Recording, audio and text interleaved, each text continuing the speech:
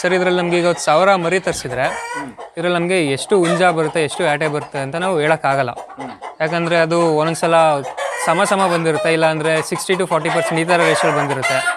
ಅದನ್ನು ನಾವು ಎಕ್ಸಾಕ್ಟಾಗಿ ಹೇಳೋದಕ್ಕಾಗಲ್ಲ. ಅಂದರೆ ನಾವು ಸೇಲ್ ಮಾಡ್ತೀವಲ್ಲ, ಸೇಲ್ ಮಾಡೋ ಟೈಮಲ್ಲೇ ನಮಗೆ ಲೆಕ್ಕ ಇಟ್ಟರೆ ನಾವು ಎಷ್ಟೆಷ್ಟು ಕೊಟ್ಟಿದ್ದೀವಿ ಅಂತ ಆಗ ಸಿಗುತ್ತೆ. ಆದರೆ ಹುಂಜ ಬಂದರೆ ನಮಗೆ ಪ್ರಾಫಿಟ್ ಜಾಸ್ತಿ.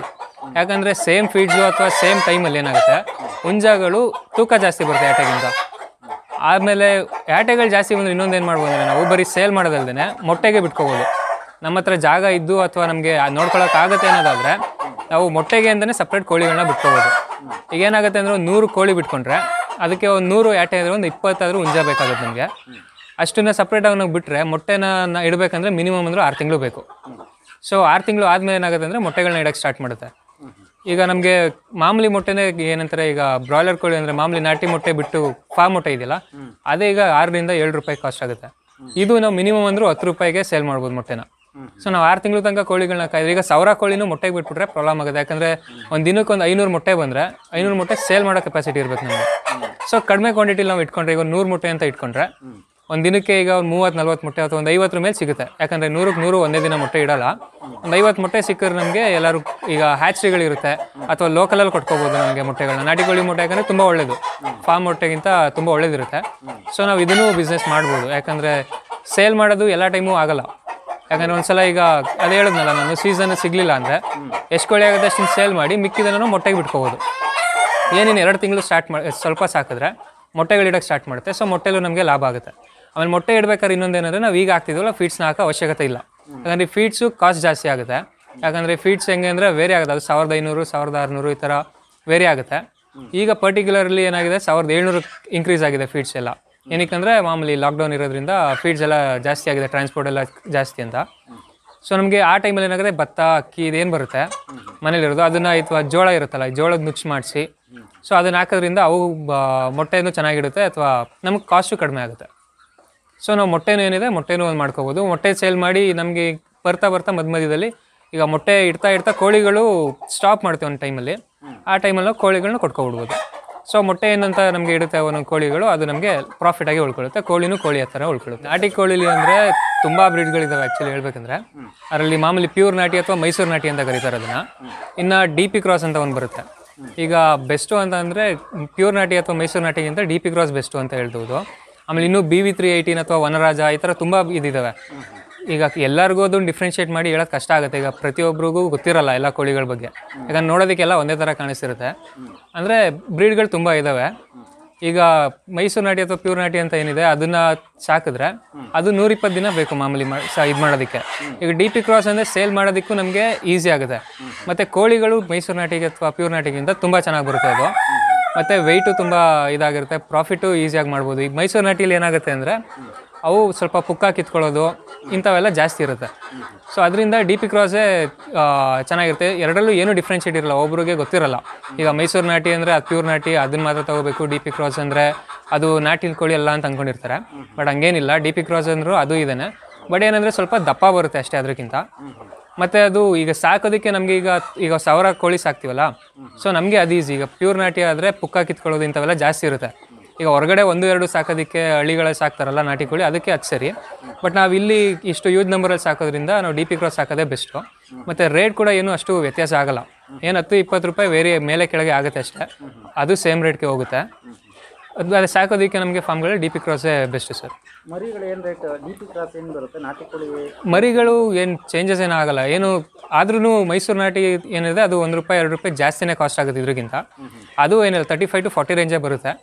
ಎರಡೂ ಅದೇ ವೇರಿ ಆದರೆ ₹1-2 ವೇರಿ ಆಗುತ್ತೆ ಅಷ್ಟೇ ಸರ್. ಕಾಸ್ಟ್ ಬೇರೆ ಏನಿದೆ.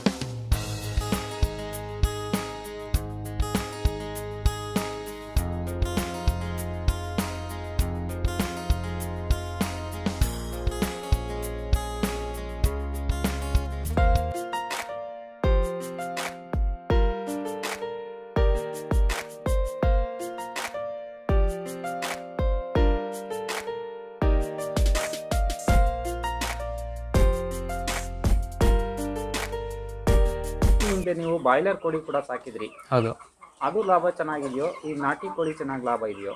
ಯಾವ್ದು ಚೆನ್ನಾಗಿದೆ ಸರ್? ಅಂದರೆ ಈಗ ಬ್ರಾಯ್ಲರ್ ಕೋಳಿ ಅಂದರೆ ಅದು 2 ಥರ ಮಾಡ್ಬೋದು. ನಾವು ಓನಾಗಿ ಮಾಡ್ಬೋದು, ಇನ್ನೊಂದು ಈಗ ಏಜೆಂಟ್ಗಳಿಗೆ ಸುಗುಣ ಇರ್ಬೋದು, ವೆನ್ಕಾಫ್ ಇರ್ಬೋದು, ಅವ್ರದ್ದು ಇದೆಯಲ್ಲ, ಅವ್ರು ನಮಗೆ ಮರಿ ಡಿಸ್ಟ್ರಿಬ್ಯೂಟ್ ಮಾಡ್ತಾರೆ. ನಾವು ಜಸ್ಟ್ ನೋಡ್ಕೊಳ್ಳೋದಷ್ಟೇ. ನಮಗೆ ಈಗ KGಗೆ ಇಷ್ಟು ಕಮಿಷನ್ ಅನ್ನೋ ಥರ ಕೊಡ್ತಾರೆ. ಬಟ್ ಅದರಲ್ಲಿ ಏನಂದರೆ ಒಂದು ಲೈಸೆನ್ಸ್ ಬೇಕು ನಮಗೆ ಮಾಡೋದಕ್ಕೆ. ಈಗ ನಾವು ಊರೊಳಗಡೆ ಮಾಡಿದ್ದೀವಿ, ಅದಂದರೆ ಊರೊಳಗಡೆ ಮಾಡೋಕ್ಕಾಗಲ್ಲ, ಯಾಕಂದರೆ ಅದು ತುಂಬ ಸ್ಮೆಲ್ ಇರುತ್ತೆ. ಸೊ ಅದು ಊರೊಳಗಡೆ ಇರೋಕ್ಕಲ್ಲ, ಯಾಕಂದರೆ ದೂರ ಇರಬೇಕು, ಮತ್ತು ಲೈಸೆನ್ಸ್ ಇರಬೇಕು ಅದು ನಾವು ಓನಾಗಿ ಮಾಡಬೇಕಂದ್ರೆ. ಮತ್ತು ಅದರಲ್ಲಿ ಯಾವಾಗಲೂ ರೇಟು ಕಾನ್ಸ್ಟೆಂಟಾಗಿರಲ್ಲ.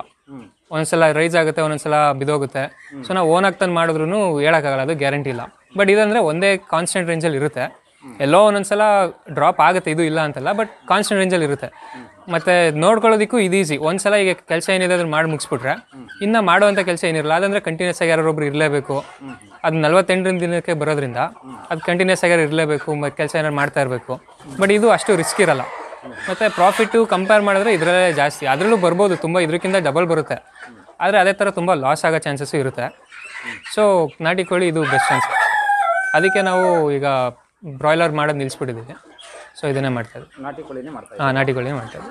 ಇನ್ನೊಂದೇನೆಂದರೆ ಈಗ ಗೊಬ್ಬರ ಈಗ ನಾವು ಸ್ಟಾರ್ಟಿಂಗ್ ಕೆಳಗಡೆ ಏನಾಗ್ತೀವಿ ಅಂದರೆ ಬರೀ ನೆಲದಲ್ಲಿ ಕೋಳಿಗಳನ್ನ ಬಿಡಲ್ಲ. ಜೆಳ್ಳು ಅಥವಾ ಇದು ಭತ್ತದ ಬೂಸ ಏನು ಬರುತ್ತೆ ಅದನ್ನು ಫುಲ್ ನೀಟಾಗಿ ಸ್ಪ್ರೆಡ್ ಮಾಡಿರ್ತೀವಿ.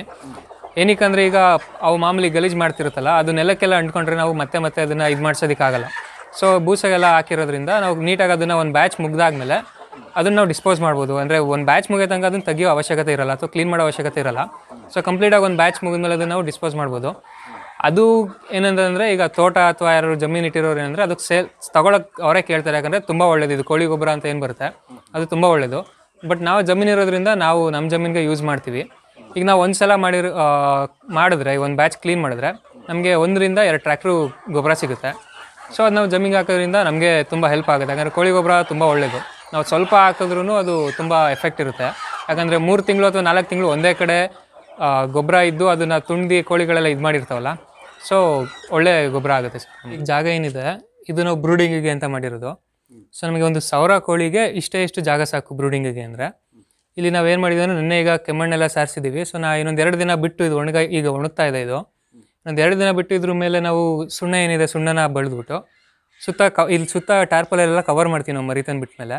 ಮತ್ತು ಇಲ್ಲಿ ವೈರಿಂಗ್ಸ್ ನೋಡ್ತಾ ಇರ್ಬೋದು ನೀವು ಕೆಳಗಡೆಗೆ ಕಂಟಿನ್ಯೂಸ್ ಆಗಿ ಇಲ್ಲಿ ಬಲ್ಬ್ಗಳಿದೆ, ಇದಿದೆ ನೋಡಿ, ಇದು ಹ್ಯಾಲೋಜನ್ ಬಲ್ಬ್ಗಳು ಹೋಲ್ಡರ್. ಇದು ಇಲ್ಲಿ ನಾರ್ಮಲ್ ಬಲ್ಬ್ ಹಾಕಿದ್ರೆ ನಮಗೆ ಹೀಟ್ ಸಾಲೋದಿಲ್ಲ ಒಂದೊಂದು ಟೈಮಲ್ಲಿ.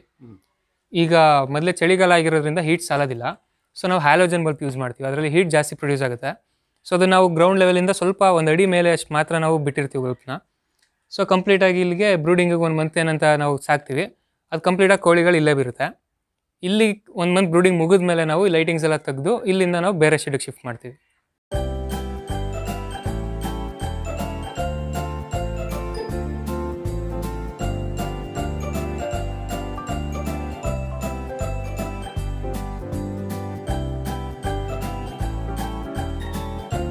ಇಲ್ಲಿ ಕಾಯಿಲ್ ಏನಿದೆ ಇದು ಹೀಟ್ ಆಗೋಕ್ಕೆ ಸ್ಟಾರ್ಟ್ ಆಗುತ್ತೆ.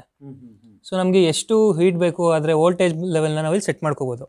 ಸೊ ಸೆಟ್ ಮಾಡಿಕೊಂಡು ನಮಗೆ ಇಲ್ಲಿ ಫುಲ್ ಹೀಟ್ ಆಗಿದ್ದಾಗ ಈ ಕೋಳಿದು ಕೊಕ್ಕೆ ಏನಿರುತ್ತೆ ನಮಗೆ ಮುಂದೆ ಚೂಪಾಗಿರುತ್ತೆ. ನಾವು 3-4 ತಿಂಗಳು 1000 ಕೋಳಿ ಒಂದೇ ಕಡೆ ಬಿಟ್ಟಿರೋದ್ರಿಂದ ಅವು ಕಿತ್ತಾಡೋದು ಜಾಸ್ತಿ ಆಗಿರುತ್ತೆ. ಅಂದರೆ ಹುಂಜಗಳು ಬೆಳೀತಾ ಕಿತ್ತಾಡೋದು ಜಾಸ್ತಿ ಆಗುತ್ತೆ. ಸೊ ನಮಗೆ ಪುಕ್ಕಗಳನ್ನ ಕಿತ್ತಾಕೋಗ್ಬಿಟ್ರೆ ನಮಗೆ ಮಾರೋಕ್ಕೂ ಕಷ್ಟ, ಯಾಕಂದರೆ ಕೋಳಿಗಳು ಚೆನ್ನಾಗಿ ಕಾಣೋದಿಲ್ಲ ನೋಡಿ, ರೇಟ್ ಸಿಗೋದಿಲ್ಲ. ಸೊ ಅದರಿಂದ ನಾವೇನು ಮಾಡ್ತೀವಿ, 1 ತಿಂಗಳಿಗೆ ಈ ಕೊಕ್ಕನ್ನ ನಾವು ಸೀತೀವಿ, ಇದರಲ್ಲಿ ಸ್ವಲ್ಪ ಬ್ಲಂಟ್ ಮಾಡ್ತೀವಿ, ಶಾರ್ಪ್ ಇರುತ್ತಲ್ಲ ಅದನ್ನು ಬ್ಲಂಟ್ ಮಾಡ್ತೀವಿ. ಸೊ ಅದರಿಂದ ಅವು ಪುಕ್ಕಗಳನ್ನ ಕಿತ್ತಾಕೋದು ಕಡಿಮೆ ಆಗುತ್ತೆ. ಅಂದರೆ ನಮ್ಮ ರೇಟ್ ಮಾರೋ ಟೈಮ್ಗೆ ಏನಾಗುತ್ತೆ ಅಂದರೆ ಎಲ್ಲಷ್ಟು ನೀಟಾಗಿ ಬೆಳ್ಕೊಂಡಿರುತ್ತೆ. ಸೊ 2 ತಿಂಗಳು ಗ್ಯಾಪ್ ಇರುತ್ತಲ್ಲ, 1 ತಿಂಗಳಿಂದ ನಾವು 3 ಮಂತ್ಸ್ ಸೇಲ್ ಮಾಡೋಷ್ಟೊಳಗೆ ಅಷ್ಟೊಳಗೆ ನೀಟಾಗಿ ಬೆಳ್ಕೊಂಡಿರುತ್ತೆ.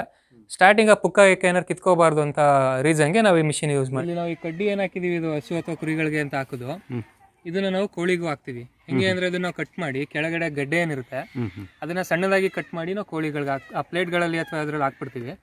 ಮತ್ತೆ ಈ ಗರಿಗಳೇನಿದೆ ಇದನ್ನ ನಾವು ಹಂಗೆ ಹಾಕಿದ್ರೆ ಅವು ತುಣಿದು ಗಲೀಜ್ ಮಾಡ್ಬಿಡುತ್ತೆ ಅಂತ ಒಂದೊಂದು ದಾರಗಳನ್ನ ಕಟ್ಬಿಟ್ಟು ಕಟ್ಟುತ್ತೀವಿ ಅದಕ್ಕೆ. ಸೊ ಅದು ನೇತಾಡ್ತಾ ಇರ್ಬೇಕಾದ್ರೆ ಏನಾಗುತ್ತೆ, ಕೋಳಿಗಳು ಹಂಗೆ ಕಿತ್ಕೊಂಡು ತಿನ್ಕೊಳ್ಳುತ್ತೆ ಅದನ್ನ.